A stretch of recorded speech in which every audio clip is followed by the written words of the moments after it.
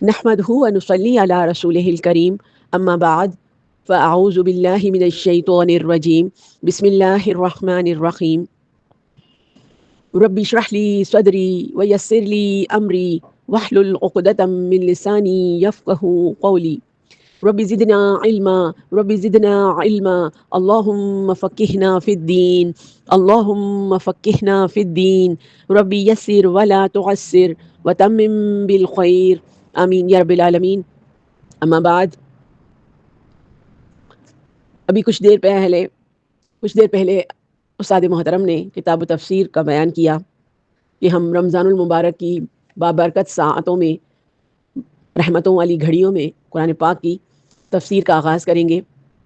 تو یہ میرے لیے باعث خوشی ہے، باعث مسرت ہے، باعث اعزاز ہے کہ اللہ رب العزت نے مجھے اپنے کلام کے لیے چنا کہ اس کی تفسیر میں پڑھاؤں، اور استاد محترم کے دل میں یہ القاء کیا کہ اس کام کو مجھ سے انجام دلوائیں.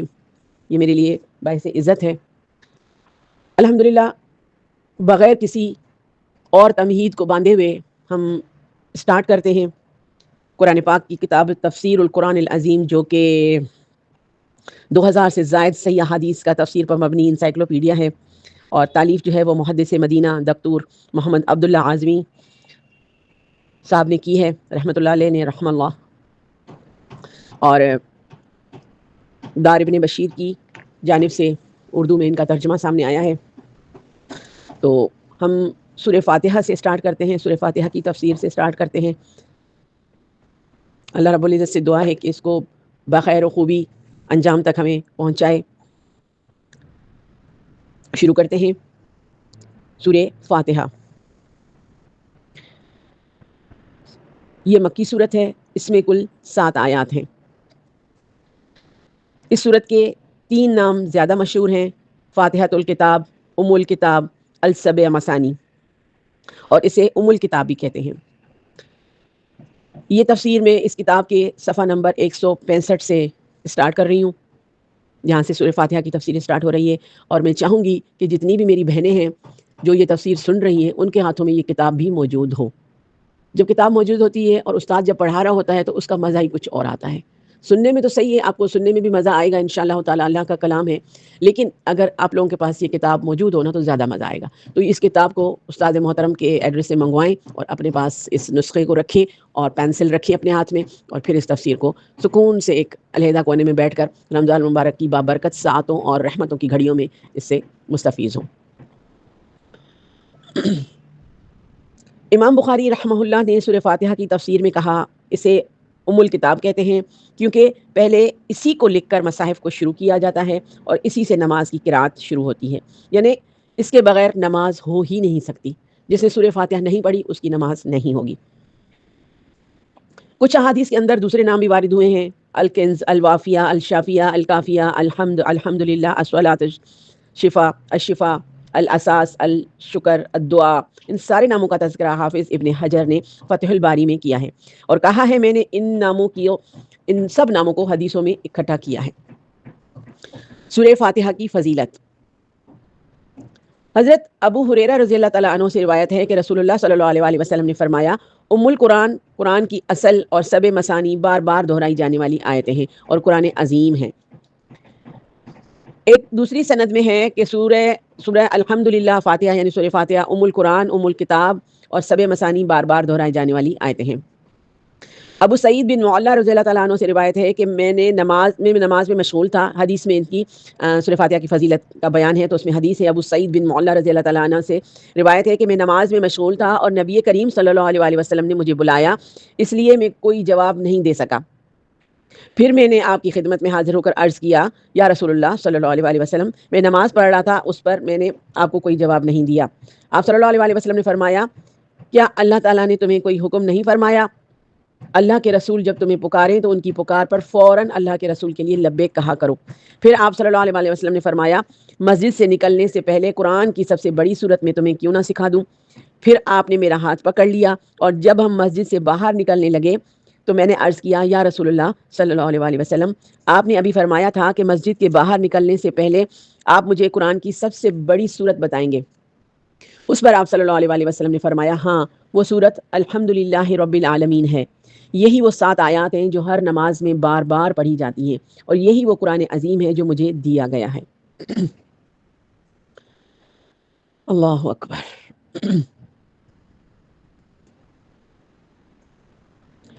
ایک دوسری روایت میں ہے، حضرت ابو ہریرہ رضی اللہ تعالیٰ عنہ سے روایت ہے کہ رسول اللہ صلی اللہ علیہ وسلم ابی بن قاب رضی اللہ تعالیٰ عنہ کے پاس سے گزرے۔ رسول اللہ صلی اللہ علیہ وسلم نے فرمایا اے ابی سنو۔ آواز سن کر ابی بن قاب متوجہ ہوئے لیکن جواب نہ دیا۔ نماز جلدی جلدی پوری کی، پھر رسول اللہ صلی اللہ علیہ وسلم کے پاس آئے اور کہا السلام علیکم یا رسول اللہ کے رسول آپ پر سلامتی ہو۔ رسول اللہ صلی اللہ علیہ وسلم نے کہا وعلیکم السلام، تم پر بھی سلامتی ہو۔ ابھی جب میں نے تمہیں بلایا تو تم میرے پاس کیوں نہ حاضر ہوئے؟ انہوں نے کہا اے اللہ کے رسول میں نماز پڑھ رہا تھا۔ آپ نے فرمایا اب تک جو مجھ پر وحی نازل ہوئی ہے اس میں تجھے کیا یہ آیت نہیں ملی کہ اے ایمان والو تم اللہ اور رسول کے کہنے کو بجا لاؤ جب رسول تم کو تمہاری زندگی بخش چیز کی طرف بلاتے ہیں۔ سورہ انفال کی آیت نمبر 24 ہے۔ انہوں نے کہا جی ہاں، اور آئندہ انشاءاللہ ایسی بات نہ ہوگی۔ آپ نے فرمایا کیا تمہیں پسند ہے کہ میں تمہیں ایسی صورت سکھاؤں جیسی صورت نہ تو تورات میں نازل ہوئی، نہ انجیل میں، اور نہ زبور میں، اور نہ ہی قرآن میں؟ انہوں نے کہا اللہ کے رسول ضرور سکھائیے۔ رسول اللہ صلی اللہ علیہ وسلم نے فرمایا نماز میں تم قرآن کیسے پڑھتے ہو؟ تو انہوں نے کہا القرآن یعنی سورہ فاتحہ پڑھ کر۔ رسول اللہ صلی اللہ علیہ وسلم نے فرمایا قسم ہے اس ذات کی جس کے ہاتھ میں میری جان ہے، تورات میں، انجیل میں، زبور میں، حتیٰ کہ فرقان مجید یعنی قرآن میں بھی اس جیسی صورت نازل نہیں ہوئی ہے۔ یہی سب مسانی ہے یعنی 7 آیات ہیں، اور یہی وہ قرآن عظیم ہے جو مجھے عطا کیا گیا۔ سبحان اللہ۔ اگلی روایت ہے حضرت ابو سعید خدری رضی اللہ تعالیٰ عنہ سے کہ ہم ایک فوجی قافلے میں تھے، رات میں ہم نے پڑاؤ کیا، پھر ایک لونڈی آئی اور کہا قبیلے کے سردار کو بچھو نے کاٹ لیا ہے اور ہمارے قبیلے کے مرد موجود نہیں، کیا تم میں سے کوئی بچھو کا جھاڑ پھونک کرنے والا ہے؟ ایک صحابی خود ابو سعید رضی اللہ تعالیٰ عنہ اس کے ساتھ کھڑے ہو گئے۔ ہم کو معلوم تھا کہ وہ جھاڑ پھونک نہیں جانتے، لیکن انہوں نے قبیلے کے سردار کو دم کیا تو اسے شفا مل گئی۔ اس نے اس کے شکرانے میں 30 بکریاں دینے کا حکم دیا اور ہمیں دودھ پلایا۔ جب وہ دم کر کے واپس آئے تو ہم نے ان سے پوچھا کیا تم واقعی کوئی دم جانتے ہو؟ انہوں نے کہا نہیں، میں نے تو صرف سورہ فاتحہ پڑھ کر اس پر دم کیا تھا۔ ہم نے کہا اچھا، جب تک ہم رسول اللہ صلی اللہ علیہ وسلم سے اس کے متعلق نہ پوچھ لیں ان بکریوں کے بارے میں اپنی طرف سے کچھ نہ کہو۔ چنانچہ ہم نے مدینہ پہنچ کر نبی کریم صلی اللہ علیہ وسلم سے ذکر کیا تو آپ نے فرمایا کہ انہوں نے کیسے جانا کہ سورہ فاتحہ دم بھی ہے؟ جاؤ یہ مال حلال ہے، اسے تقسیم کر لو اور اس میں میرا بھی حصہ رکھنا۔ سبحان اللہ، ماشاء اللہ۔ یعنی سورہ فاتحہ جس مریض کے اوپر بھی آپ پڑھیں گے تو اس کو شفا نصیب ہوگی۔ حضرت انس بن مالک رضی اللہ تعالیٰ عنہ سے روایت ہے کہ نبی کریم صلی اللہ علیہ وسلم ایک سفر میں تھے کہ ایک جگہ پر پڑاؤ ڈالا۔ ایک صحابی آپ کے بغل میں سے گزرے تو آپ نے ان کی طرف متوجہ ہو کر فرمایا کیا میں تمہیں یہ نہ بتاؤں کہ قرآن میں سب سے افضل کیا ہے؟ کہتے ہیں پھر آپ صلی اللہ علیہ وسلم نے یہ تلاوت فرمائی یعنی سورہ فاتحہ پڑھی۔ سبحان اللہ۔ اگلی روایت ہے حضرت ابن عباس رضی اللہ تعالیٰ عنہ سے کہ ایک دن جبرائیل علیہ السلام نبی کریم صلی اللہ علیہ وسلم کے پاس بیٹھے ہوئے تھے کہ ایک آواز بڑے زور سے سنی دروازہ کھلنے کی، اور اپنا سر اٹھایا تو جبرائیل علیہ السلام نے کہا یہ ایک دروازہ ہے آسمان کا جو کہ آج کھلا ہے اور اس سے پہلے کبھی نہیں کھلا تھا، مگر آج کے دن پھر اس سے ایک فرشتہ اترا، اور جبرائیل علیہ السلام نے کہا یہ فرشتہ جو زمین پر اترا ہے اس سے پہلے کبھی نہیں اترا جو آج اترا ہے۔ اس نے سلام کیا اور کہا خوشخبری ہو آپ صلی اللہ علیہ وسلم پر، اور خوشخبری ہے نبی کریم صلی اللہ علیہ وسلم کے لیے کہ آپ صلی اللہ علیہ وسلم کو 2 نوروں کی بشارت دی گئی ہے، اور آپ کو 2 نور عنایت ہوئے ہیں، اور وہ نبیوں میں سے کسی نبی کو پہلے نہیں ملے سوائے آپ کے۔ پہلا نور سورہ فاتحہ ہے اور دوسرا سورہ بقرہ کی آخری 2 آیات۔ کوئی حرف اس میں سے تم نہ پڑھو گے اس کی مانگی ہوئی چیز تمہیں نہ ملے۔ یعنی سورہ فاتحہ اور سورہ بقرہ کی آخری 2 آیات پڑھنے کے بعد جو بھی دعا مانگو گے، جو بھی اللہ رب العزت سے مانگو گے وہ تمہیں ضرور ملے گی۔ حدیث مبارکہ کی گارنٹی ہے یہ۔ سورہ فاتحہ کی فضیلت میں حضرت عبداللہ بن جابر رضی اللہ تعالیٰ عنہ سے روایت ہے کہ میں نے رسول اللہ صلی اللہ علیہ وسلم کے پاس پہنچا۔ رسول اللہ صلی اللہ علیہ وسلم اس حال میں کہ آپ پانی انڈیل چکے تھے، یعنی آپ واش روم میں بیٹھے ہوئے تھے، فارغ ہوئے۔ میں نے کہا السلام علیکم یا رسول اللہ، السلام علیکم یا رسول اللہ، لیکن آپ نے مجھے جواب نہیں دیا۔ پھر میں نے کہا السلام علیکم یا رسول اللہ، لیکن آپ نے مجھے جواب نہیں دیا۔ پھر میں نے کہا السلام علیکم یا رسول اللہ، لیکن آپ نے مجھے کوئی جواب نہیں دیا۔ پھر رسول اللہ صلی اللہ علیہ وآلہ وسلم جانے لگے تو میں بھی آپ کے پیچھے ہو لیا، یہاں تک کہ آپ اپنے ٹھکانے میں داخل ہو گئے۔ میں مسجد میں چلا گیا، وہاں غمگین اور پریشان ہو کر بیٹھ گیا۔ رسول اللہ صلی اللہ علیہ وآلہ وسلم میرے پاس وضو بنا کر تشریف لائے اور فرمایا، عبداللہ بن جابر، کیا میں تمہیں قرآن کی سب سے بہترین صورت کے بارے میں خبر نہ دوں؟ میں نے عرض کیا، ضرور اے اللہ کے رسول۔ آپ صلی اللہ علیہ وآلہ وسلم نے فرمایا، پڑھو الحمدللہ رب العالمین، یہاں تک کہ اسے پورا کرو، اسے ختم کرو۔ الحمدللہ، یہ سورہ فاتحہ کی فضیلت میں، سورہ فاتحہ کی تفسیر میں ہیں جو 7 آیات ہیں۔ بسم اللہ الرحمن الرحیم، الحمدللہ رب العالمین الرحمن الرحیم مالک یوم الدین ایاک نعبد و ایاک نستعین اہدنا الصراط المستقیم صراط الذین انعمت علیہم غیر المغضوب علیہم ولا الضالین، آمین۔ شروع کرتی ہوں اللہ کے نام سے، شروع کرتا ہوں اللہ تعالیٰ کے نام سے جو بہت بڑا مہربان نہایت رحم والا ہے۔ سب تعریف اللہ تعالیٰ کے لیے ہے جو تمام جہانوں کا پالنے والا ہے، بڑا مہربان نہایت رحم کرنے والا، بدلے کے دن یعنی قیامت کا مالک ہے۔ ہم صرف تیری ہی عبادت کرتے ہیں اور صرف تجھی سے ہی مدد چاہتے ہیں۔ ہمیں سیدھی اور سچی راہ دکھا، ان لوگوں کی راہ جن پر تو نے انعام کیا، اور ان کی نہیں جن پر تو نے غضب کیا، جن پر غضب کیا گیا، یعنی وہ لوگ جنہوں نے حق کو پہچانا مگر اس پر عمل پیرا نہیں ہوئے، اور نہ گمراہوں کی، یعنی وہ لوگ جو جہالت کے سبب رائے حق سے برگشتہ ہو گئے۔ حضرت ابو ہریرہ رضی اللہ تعالیٰ عنہ سے روایت ہے کہ میں نے رسول اللہ صلی اللہ علیہ وآلہ وسلم کو یہ فرماتے ہوئے سنا، جس نے کسی بھی نماز میں سورہ فاتحہ نہیں پڑھی تو اس کی نماز ناقص رہی، اس کی نماز ناقص رہی، اس کی نماز ناقص رہی، یعنی کہ 3 بار نبی کریم صلی اللہ علیہ وآلہ وسلم نے اس چیز کا تکرار کیا اور نماز پوری نہیں ہوئی۔ کہتے ہیں میں نے پوچھا، اے ابو ہریرہ، جب میں امام کے پیچھے رہوں تو کیا کروں؟ کہتے ہیں ابو ہریرہ رضی اللہ تعالیٰ عنہ نے میرے ہاتھ میں ٹھوکر مار کر کہا، اس وقت تم آہستہ سورہ فاتحہ پڑھ لیا کرو اے فارسی، کیونکہ میں نے رسول اللہ صلی اللہ علیہ وآلہ وسلم کو یہ فرماتے سنا ہے کہ اللہ تبارک و تعالیٰ فرماتا ہے، نماز میرے اور میرے بندے کے درمیان آدھی آدھی تقسیم ہو چکی ہے، لہٰذا اس کا نصف میرے لیے ہے اور نصف میرے بندے کے لیے ہے، اور میرا بندہ جو سوال کرتا ہے تو وہ پورا کیا جاتا ہے۔ رسول اللہ صلی اللہ علیہ وآلہ وسلم نے فرمایا، پڑھو۔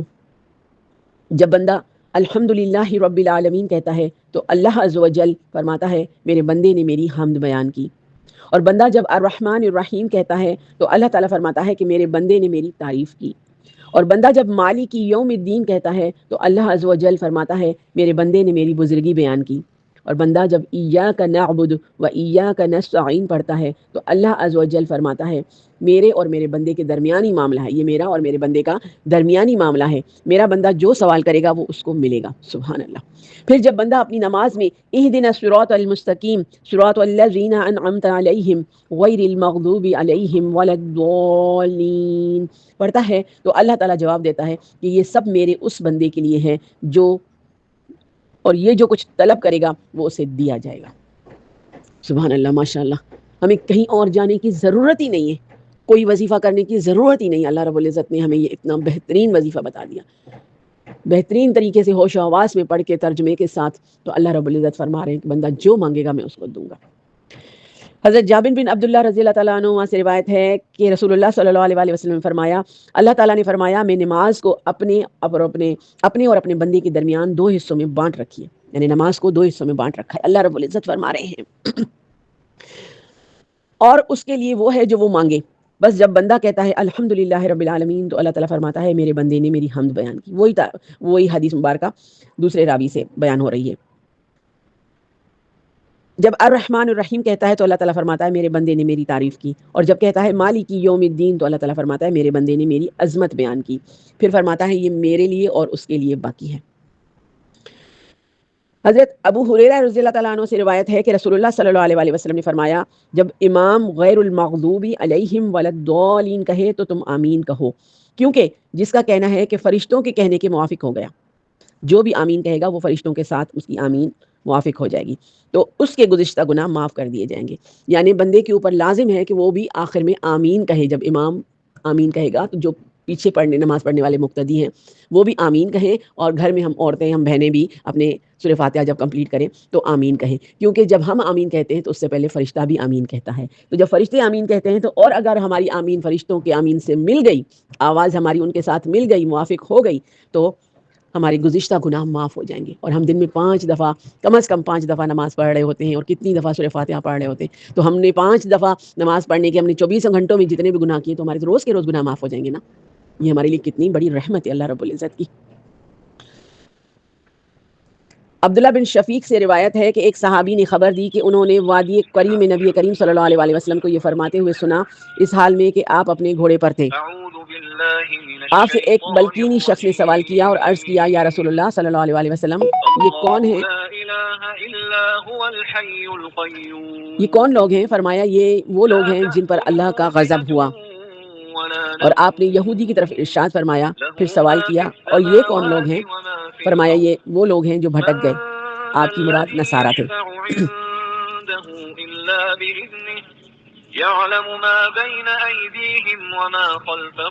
حضرت عدی بن حاتم رضی اللہ تعالیٰ عنہ سے روایت ہے کہ نبی کریم صلی اللہ علیہ وسلم نے فرمایا یہود پر اللہ کا غضب ہو اور نصارہ بھٹک گئے، نصارہ بھٹک یعنی اللہ رب العزت سے دعا ہے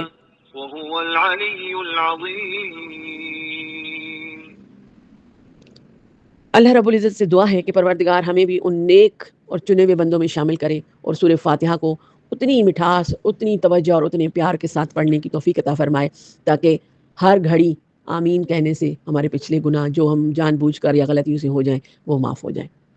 اب بہنوں سے درخواست ہے کہ آپ بھی ہمیں اپنی دعاؤں میں یاد رکھیے گا۔ سبحانک اللہم و بحمدک نشہد ان لا الہ الا انت نستغفرک و نتوب الیک ربنا تقبل منا انک انت السمیع العلیم وتب علینا انک انت التواب الرحیم۔ السلام علیکم ورحمۃ اللہ وبرکاتہ۔ نحمده ونصلي على رسوله الكريم اما بعد فاعوذ بالله من الشیطان الرجیم بسم اللہ الرحمن الرحیم رب اشرح لي صدری ويسر لي امری واحلل عقدة من لسانی يفقهوا قولی رب زدنا علما رب زدنا علما اللهم فقهنا في الدين اللهم فقهنا في الدين رب يسر ولا تعسر وتمم بالخير آمین یا رب العالمین۔ اما بعد السلام علیکم ورحمۃ اللہ وبرکاتہ۔ الصلاۃ والسلام علی رسول اللہ۔ آج ہم سورہ بقرہ کی فضیلت اور اہمیت پہ بات کریں گے۔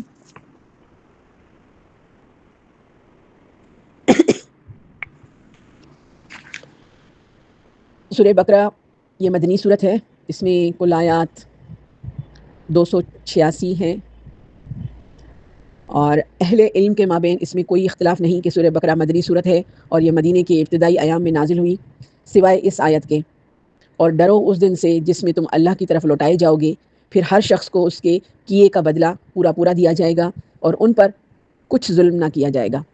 کہا جاتا ہے کہ یہ قرآن کی آخری نازل کردہ وحی ہے، اور اسی طرح سود والی آیات بھی آخر میں نازل ہوئی۔ سورہ بقرہ کے جملہ فضائل میں جب سورہ بقرہ کی تلاوت کی جاتی ہے، جہاں پر بھی، جس گھر میں بھی، جس جگہ بھی، تو وہاں پر فرشتوں کا نزول ہوتا ہے۔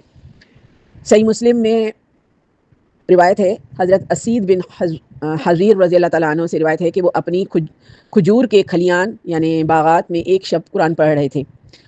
ان کا گھوڑا کودنے لگا، پھدکنے لگا، اور وہ پڑھتے جا رہے تھے، پھر وہ کودتا، پھر وہ پڑھنے لگے، پھر وہ کودنے لگا، تو انہوں نے کہا کہ میں ڈرا کہ کہیں یحییٰ کو کچل نہ ڈالے، یعنی یحییٰ جو تھا وہ ان کا بچہ تھا جو ساتھ میں سویا ہوا تھا، تو جب وہ سورہ بقرہ پڑھنے لگے تو وہ گھوڑا جو ہے وہ کودنے لگا، پھدکنے لگا، تو پھر وہ بچہ ساتھ میں سویا ہوا تھا، ان کو ڈر لگا کہ کہیں وہ گھوڑا جو ہے وہ بچے کو کچل نہ دے۔ سو میں اس کے پاس جا کر کھڑا ہوا تو دیکھتا ہوں کہ ایک سائبان سا میرے سر پر ہے کہ اس میں چراغ سے روشن ہے، اور وہ اوپر کو چڑھ گیا، یہاں تک کہ میں نے اس کو پھر نہ دیکھا۔ پھر میں رسول اللہ صلی اللہ علیہ وسلم کی خدمت میں صبح کو حاضر ہوا، عرض کیا یا رسول اللہ صلی اللہ علیہ وسلم، میں شب کو اپنے کھلیان میں قرآن پڑھتا تھا کہ یک بارگی میرا گھوڑا کودنے لگا، تو رسول اللہ صلی اللہ علیہ وسلم نے فرمایا پڑھتے جاؤ اے ابن حضیر۔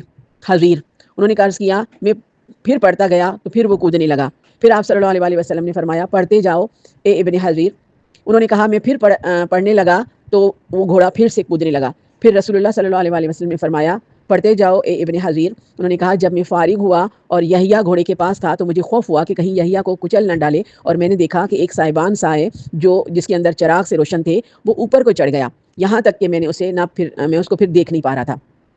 تو رسول اللہ صلی اللہ علیہ وسلم نے فرمایا یہ فرشتے تھے جو تمہاری قرات سنتے تھے، اگر تم پڑھتے جاتے تو صبح کرتے اس طرح کے لوگ ان فرشتوں کو دیکھتے اور وہ ان کی نظروں سے پوشیدہ نہ رہتے۔ یعنی سورہ بقرہ جب آپ پڑھ رہے تھے تو فرشتوں نے گھیرا کیا ہوا تھا، ایک سائبان کی طرح، ایک چھتری کی طرح، ایک امبریلا کی طرح، اور چراغوں کی طرح ان کی چمک تھی، روشنیوں کی طرح ان کی چمک تھی، تو وہ بالکل اتنے قریب آ گئے تھے، وہ ان کو نظر آ گئے صحابی کو۔ پھر انہوں نے جب نبی کریم صلی اللہ علیہ وسلم کو بتائی یہ بات تو انہوں نے یہی کہا کہ اگر آپ پڑھتے جاتے اور صبح ہو جاتی تو فرشتے باقی لوگوں کو بھی دکھنے لگتے، آپ پڑھتے جاتے، لیکن ان کو ڈر لگ رہا تھا کہ وہ گھوڑا بدک رہا تھا تو کہیں وہ ان کا جو بچہ سو رہا تھا یہی ان کو کچھ چلنا دے۔ تو سورہ بقرہ کی یہ کتنی بڑی فضیلت ہے کہ جس گھر میں بھی پڑھی جاتی ہے، جہاں بھی پڑھی جاتی ہے، وہاں فرشتے گھیرا کر لیتے ہیں اور آسمان سے اتر آتے ہیں۔ سورہ بقرہ جو ہے وہ شیطان کو بھگانے والی سورت ہے۔ حضرت ابو ہریرہ رضی اللہ تعالیٰ عنہ سے روایت ہے کہ رسول اللہ صلی اللہ علیہ وسلم نے فرمایا اپنے گھروں کو قبرستان نہ بناؤ، اس لیے کہ شیطان اس گھر سے بھاگ جاتا ہے، شیطان اس گھر سے بھاگ جاتا ہے جس گھر میں سورہ بقرہ پڑھی جاتی ہے۔ تو یہ کتنی بڑی بلیسنگ ہے، اللہ تعالیٰ کی رحمت ہے کہ جس گھر میں قرآن پڑھا جاتا ہے وہاں سے فرشتے بھاگ جاتے ہیں، شیطان بھاگ جاتا ہے۔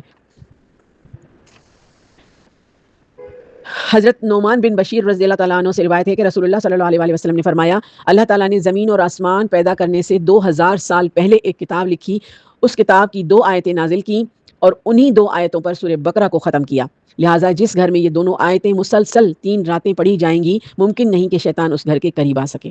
سبحان اللہ، ماشاء اللہ۔ آگے ہے کہ حضرت عبداللہ بن مسعود رضی اللہ تعالیٰ عنہ سے روایت ہے کہ رسول اللہ صلی اللہ علیہ وسلم نے فرمایا تم میں سے کسی کو میں اس حالت میں نہ پاؤں کہ وہ اپنے ایک پاؤں کو دوسرے پیر پر رکھ کر گانا گائے اور سورہ بقرہ کی تلاوت چھوڑ بیٹھے، کیونکہ شیطان اس گھر سے دور بھاگتا ہے جس میں سورہ بقرہ کی تلاوت ہوتی ہے، اور جو گھر کتاب اللہ کی تلاوت سے خالی ہو اس دل کی طرح ہوتا ہے جو کتاب اللہ کی یاد سے خالی ہوتا ہے۔ اللہ اکبر۔ اللہ پاک سارے گھروں کو، سارے مسلمان گھروں کو یہ توفیق دے اور ہمت دے کہ روزانہ بلا ناغہ اپنے گھروں میں سورہ بقرہ کی تلاوت کریں، تلاوت کو لگائیں۔ آج کل تو یوٹیوب کا زمانہ ہے اور آرام سے آپ کوئی بھی کسی کی بھی قاری کی تلاوت گھر میں لگا سکتے ہیں اور سکون سے اپنا کام بھی کریں، اور گھر میں تلاوت چل رہی ہو تو شیطان اس گھر سے دور بھاگ جاتا ہے۔ سورہ بقرہ کی جو آخری 2 آیات ہیں ان کی فضیلت کا بیان۔ حضرت ابو مسعود بدری رضی اللہ تعالیٰ عنہ سے روایت ہے کہ رسول اللہ صلی اللہ علیہ وسلم نے فرمایا سورہ بقرہ کی آخری 2 آیتیں ایسی ہیں کہ جو شخص رات میں انہیں پڑھ لے تو وہ اس کے لیے کافی ہو جاتی ہیں۔ سبحان اللہ، ماشاء اللہ۔ یعنی اس کے ان دونوں آیتوں کی جو فائدے ہیں وہ بہت زیادہ ہیں، یعنی کسی بھی برائی کے خلاف اس کے لیے کافی ہیں، اسے ہر مکروہ سے بچائیں گی، اور اس کا ایک مطلب یہ بھی بتایا گیا ہے کہ قیام اللیل سے بھی اسے بے نیاز کر دینے والی ہیں، اور یہ بھی کہا گیا کہ پورے قرآن کی تلاوت سے بے نیاز کر دینے والی ہیں۔ سبحان اللہ، ماشاء اللہ، اللہ تعالیٰ کی رحمت۔ عبداللہ بن مسعود رضی اللہ تعالیٰ عنہ سے روایت ہے کہ رسول اللہ صلی اللہ علیہ وسلم کو جب معراج ہوا تو آپ سدرۃ المنتہا تک پہنچے، کہتے ہیں پھر رسول اللہ صلی اللہ علیہ وسلم کو وہاں 3 چیزیں دی گئیں، ایک تو 5 نمازیں، دوسری سورہ بقرہ کی آخری 2 آیتیں، تیسرے اللہ تعالیٰ نے بخش دیا آپ صلی اللہ علیہ وسلم کی امت میں سے اس شخص کو جو شرک نہ کرے اللہ کے ساتھ باقی تمام تباہ کرنے والے گناہوں کو۔ سبحان اللہ، ماشاء اللہ۔ حضرت ابو ذر رضی اللہ تعالیٰ عنہ سے روایت ہے کہ رسول اللہ صلی اللہ علیہ وسلم نے فرمایا مجھے سورہ بقرہ کی آخری آیتیں عطا کی گئیں جو عرش کے نیچے موجود خزانے کا حصہ ہیں، مجھ سے یہ پہلے کسی نبی کو عطا نہیں کی گئیں۔ ماشاء اللہ، سبحان اللہ۔ حضرت نعمان بن بشیر رضی اللہ تعالیٰ عنہ سے روایت ہے کہ نبی کریم صلی اللہ علیہ وسلم نے فرمایا اللہ تعالیٰ نے زمین اور آسمان پیدا کرنے سے 2000 سال پہلے ایک کتاب لکھی، اس کتاب کی 2 آیتیں نازل کی اور انہیں دونوں آیتوں پر سورہ بقرہ کو ختم کیا، جس گھر میں یہ دونوں آیتیں مسلسل 3 راتیں پڑھی جاتی ہیں ممکن نہیں کہ شیطان اس گھر کے قریب آ سکے۔ یہ وہی حدیث مبارکہ دوسرے راوی کے ساتھ تکرار میں آئی ہے۔ آیت الکرسی کی فضیلت جو کہ سورہ بقرہ کے اندر موجود ہے، حضرت ابو ہریرہ رضی اللہ تعالیٰ عنہ سے زکوٰۃ رمضان کی نگرانی کے تعلق سے مروی ہے کہ مجھ سے رسول اللہ صلی اللہ علیہ وسلم نے دریافت کیا گزشتہ رات تمہارے قیدی نے تم سے کیا معاملہ کیا؟ میں نے عرض کیا یا رسول اللہ صلی اللہ علیہ وسلم اس نے مجھے چند کلمات سکھائے اور یقین دلایا کہ اللہ تعالیٰ مجھے اس سے فائدہ پہنچائے گا، اس لیے میں نے اسے چھوڑ دیا۔ آپ نے دریافت کیا کہ وہ کلمات کیا ہیں؟ میں نے عرض کیا کہ اس نے مجھے بتایا تھا کہ جب بستر پر لیٹو تو آیت الکرسی پڑھ لو، شروع میں اللہ لا الہ الا هو الحی القیوم سے آخر تک۔ اس نے مجھ سے یہ بھی کہا کہ اللہ تعالیٰ کی طرف سے تم پر اس کے پڑھنے سے ایک نگران فرشتہ مقرر رہے گا اور صبح تک شیطان تمہارے قریب بھی نہیں آ سکے گا۔ صحابہ خیر کو سب سے آگے بڑھ کر لینے والے تھے، چنانچہ نبی کریم صلی اللہ علیہ وسلم نے ان کی یہ بات سن کر فرمایا کہ اگرچہ وہ جھوٹا تھا لیکن تم سے یہ بات سچ کہہ گیا۔ اے ابو ہریرہ، تم کو یہ بھی معلوم ہے کہ 3 راتوں سے تمہارا معاملہ کس کے ساتھ تھا؟ انہوں نے کہا کہ نہیں یا رسول اللہ۔ تو آپ صلی اللہ علیہ وسلم نے فرمایا وہ شیطان تھا، تینوں راتوں سے وہ تمہارے پاس آ رہا تھا اور تینوں راتوں وہ تمہیں آیت الکرسی کی فضیلت بیان کر رہا تھا۔ اس نے یہ بات سچ کہی لیکن وہ خود جھوٹا تھا۔ صحیح مسلم میں یہ حدیث مبارکہ آپ کو ملے گی۔ حضرت ابی بن کعب رضی اللہ تعالیٰ عنہ سے روایت ہے کہ رسول اللہ صلی اللہ علیہ وسلم نے فرمایا، اے ابو المنذر، اللہ کی کتاب میں سے تمہارے پاس کون سی آیت سب سے بڑی ہے؟ کہتے ہیں کہ میں نے عرض کیا اللہ اور اس کے رسول خوب جانتے ہیں۔ تو آپ صلی اللہ علیہ وسلم نے فرمایا، اے ابو المنذر، کون سی آیات اللہ تعالیٰ کی کتاب میں تمہارے پاس سب سے بڑی ہیں؟ انہوں نے کہا میں نے عرض کیا اللہ لا الہ الا هو الحی القیوم، یعنی آیت الکرسی۔ تو آپ صلی اللہ علیہ وسلم نے میرے سینے پر ایک ہاتھ مارا یعنی شاباشی دی اور فرمایا، اے ابو المنذر، تمہیں علم مبارک ہو۔ ماشاءاللہ ماشاءاللہ سبحان اللہ۔ حضرت واصلہ بن الاسقع رضی اللہ تعالیٰ عنہ کہتے ہیں کہ نبی کریم صلی اللہ علیہ وسلم ان کے پاس مہاجرین کے صفے میں آئے تو آپ سے ایک شخص نے پوچھا قرآن کی سب سے بڑی آیت کون سی ہے؟ تو نبی کریم صلی اللہ علیہ وسلم نے فرمایا اللہ لا الہ الا هو الحی القیوم لا تأخذہ سنۃ ولا نوم، اللہ ہی معبود برحق ہے، اس کے علاوہ کوئی معبود نہیں، وہ زندہ ہے اور سب کو تھامنے والا ہے، اسے نہ اونگ آئے نہ نیند۔ حضرت ابو امامہ رضی اللہ تعالیٰ عنہ سے روایت ہے کہ رسول اللہ صلی اللہ علیہ وسلم نے فرمایا جو آیت الکرسی کو ہر فرض نماز کے بعد پڑھے گا اس سے جنت میں جانے سے کوئی رکاوٹ نہیں بن سکتا سوائے موت کے، اسے کوئی روک نہیں سکتا سوائے موت کے۔ سورہ بقرہ کے ساتھ سورہ آل عمران کی فضیلت۔ حضرت نواس بن سمعان کلابی رضی اللہ تعالیٰ عنہ کہتے ہیں کہ میں نے نبی کریم صلی اللہ علیہ وسلم کو یہ فرماتے ہوئے سنا قرآن کو قیامت کے دن لائیں گے اور ان کو بھی جو اس پر عمل کرتے تھے، یعنی قرآن پاک بھی آئے گا اور قرآن پاک کو پڑھنے والے اور ان پر عمل کرنے والے دونوں آئیں گے، اور سورہ بقرہ اور آل عمران آگے آگے ہوں گی، اور رسول اللہ صلی اللہ علیہ وسلم نے اس کی 3 مثالیں دیں کہ میں نے ان کو آج تک نہیں بھولا۔ اول یہ کہ وہ ایسی ہیں جیسے 2 بادل کے ٹکڑے، یا ایسی ہیں جو 2 کالے کالے سائبان اور ان میں روشنی چمکتی ہو، یا ایسی ہیں جیسے قطار باندھی ہوئی چڑیوں کی 2 ٹکڑیاں اور وہ دونوں اپنے پڑھنے والے کی طرف سے حجت کرتی ہوں گی۔ یعنی سورہ آل عمران اور سورہ بقرہ ساتھ پڑھنے والوں کی جن کی یہ پابندی کرتے ہیں تو قیامت کے روز وہ صاحبان کی طرح سر پہ سوار ہوں گی، جب تک حساب کتاب ہوگا وہ ٹھنڈی چھاؤں بن کر پڑھنے والے کے اوپر سر پر ہوں گی۔ سبحان اللہ۔ حضرت ابو امامہ رضی اللہ تعالیٰ عنہ سے روایت ہے کہ میں نے رسول اکرم صلی اللہ علیہ وسلم کو یہ فرماتے ہوئے سنا قرآن پڑھو اس لیے کہ وہ قیامت کے دن اپنے پڑھنے والوں کا سفارشی ہو کر آئے گا، اور 2 چمکتی ہوئی صورتیں پڑھو یعنی سورہ بقرہ اور سورہ آل عمران اس لیے کہ وہ میدان قیامت میں آئیں گی گویا 2 بادل ہیں یا 2 سائبان ہیں یا 2 ٹکڑیاں ہیں اڑتے جانور کی، اور اپنے پڑھنے والوں کی طرف سے حجت کرتی ہوئی آئیں گی۔ اور سورہ بقرہ پڑھو کہ اس کا لینا برکت ہے، اس کا چھوڑنا حسرت ہے، اور باطل پرست جادوگر اس کا مقابلہ نہیں کر سکتے۔ ماشاءاللہ سبحان اللہ۔ اللہ پاک نے کتنی بڑی رحمتیں نعمتیں ہم پر برکتیں نچھاور کی ہیں، ہم سمجھنے والے بن جائیں۔ حضرت بریدہ بن حسیب رضی اللہ تعالیٰ عنہ سے روایت ہے کہ میں نے نبی کریم صلی اللہ علیہ وسلم کی خدمت میں بیٹھا ہوا تھا کہ میں نے سنا آپ صلی اللہ علیہ وسلم فرما رہے تھے سورہ بقرہ سیکھو کیونکہ اس کا حاصل کرنا باعث برکت ہے، اسے ترک کر دینا باعث حسرت ہے، اور اس کا باطل پرست کچھ نہیں بگاڑ سکے گا۔ کہتے ہیں کہ پھر آپ ایک گھڑی خاموش رہے، پھر فرمایا سورہ بقرہ اور سورہ آل عمران سیکھو کیونکہ یہ دونوں روشن پھول ہیں، قیامت کے دن جو اپنے پڑھنے والوں پر بدلی کی مانند یا صف بند پرندوں کی 2 ٹکڑی کے مانند یہ سایہ کریں گی، اور بے شک قرآن قیامت کے دن حافظ قرآن کے پاس تھکے ماندے شخص کی طرح اس وقت آئے گا جب وہ قبر سے نکلے گا اور اس سے کہے گا کیا تم مجھے پہچانتے ہو؟ تو وہ شخص کہے گا میں تمہیں جانتا، تو وہ کہے گا میں وہ تمہارا قرآن ہوں، میں تمہیں نہیں جانتا، تو وہ کہے گا میں تمہارا قرآن ہوں جس نے تمہیں سخت گرمی میں پیاسا رکھا اور تمہیں رات میں جگائے رکھا جبکہ ہر تاجر اپنی تجارت کے پیچھے پڑا ہوا تھا، اور بے شک تم آج ہر تجارت کے پیچھے ہوگے، چنانچہ اسے دائیں ہاتھ میں بادشاہت اور بائیں ہاتھ میں خلد دیا جائے گا اور اس کے سر پر وقار کا تاج رکھا جائے گا، اور اس کے والدین کو 2 ایسے جوڑے پہنائے جائیں گے جسے پوری دنیا والوں نے کبھی نہیں دیکھا ہوگا، کبھی نہیں پہنا ہوگا۔ وہ دونوں پوچھیں گے ہمیں یہ کیوں پہنایا گیا، یعنی والدین کہیں گے کہا جائے گا تمہاری اولاد کے قرآن حاصل کرنے کی وجہ سے۔ پھر اس حافظ قرآن سے کہا جائے گا پڑھتے جاؤ اور جنت کے درجات اور اس کے کمروں میں چڑھتے جاؤ، لہٰذا وہ برابر چڑھتا جائے جیسے جیسے پڑھتا جائے گا، جلدی پڑھے، وہ چاہے جلدی جلدی پڑھے چاہے ٹھہر ٹھہر کر پڑھے، وہ پڑھتا جائے گا اور وہ جنت کے درجوں پر چڑھتا جائے گا۔ سبحان اللہ، ماشاء اللہ۔ حضرت ابو ہریرہ رضی اللہ تعالیٰ عنہ سے روایت ہے کہ رسول اللہ صلی اللہ علیہ وسلم نے فرمایا، دونوں روشن پھول کو پڑھو، یعنی سورہ بقرہ اور سورہ آل عمران کو پڑھو، کیونکہ یہ قیامت کے دن بدلی کی مانند صف بند پرندوں کی تو ٹکڑی کے مانند آئیں گے۔ یعنی سبع مثانی کے بارے میں، جس سے مراد یہ دونوں لمبی صورتیں ہیں، فرمان نبوی ابتدائی 7 صورتیں سے مراد سورہ بقرہ، سورہ آل عمران۔ یہ سبع مثانی کے بارے میں جو لمبی صورتیں ہیں نا، شروع میں سورہ بقرہ، پھر سورہ آل عمران، پھر سورہ نساء، پھر سورہ مائدہ، سورہ انعام، سورہ اعراف اور سورہ یونس کہا گیا ہے، سورہ کہف بھی ہے، سورہ انفال کے ساتھ سورہ برات مراد ہے سورہ۔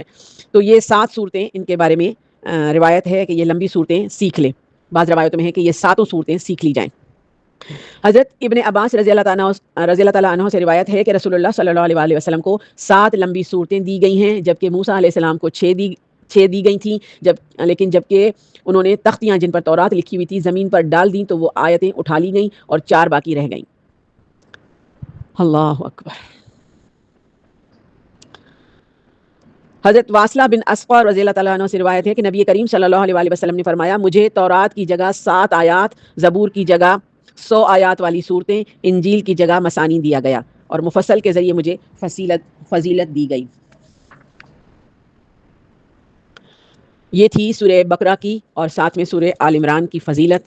اللہ رب العزت سے دعا ہے کہ اللہ پاک ہر مومن مرد و زن، ہر مسلمان مرد اور عورت، بچے اور بوڑھے کو روزانہ کے بنیاد پر دن میں کسی بھی ٹائم سورہ بقرہ اور سورہ آل عمران پڑھنے کی توفیق عطا فرمائے، اور قیامت کے روز وہ ان کے اوپر بادلوں کی طرح سایہ بن کر رہیں، اور جب تک حساب کتاب ہو، جہاں پر کہتے ہیں کہ سورج سوا نیزے پر ہوگا، ہر انسان اپنے گناہوں کے بوجھ تلے دبا ہوا ہوگا اور پسینے میں شرابور ہوگا، تو وہاں پر یہ سایہ بن کر کھڑی رہیں گی جب تک حساب کتاب ہو۔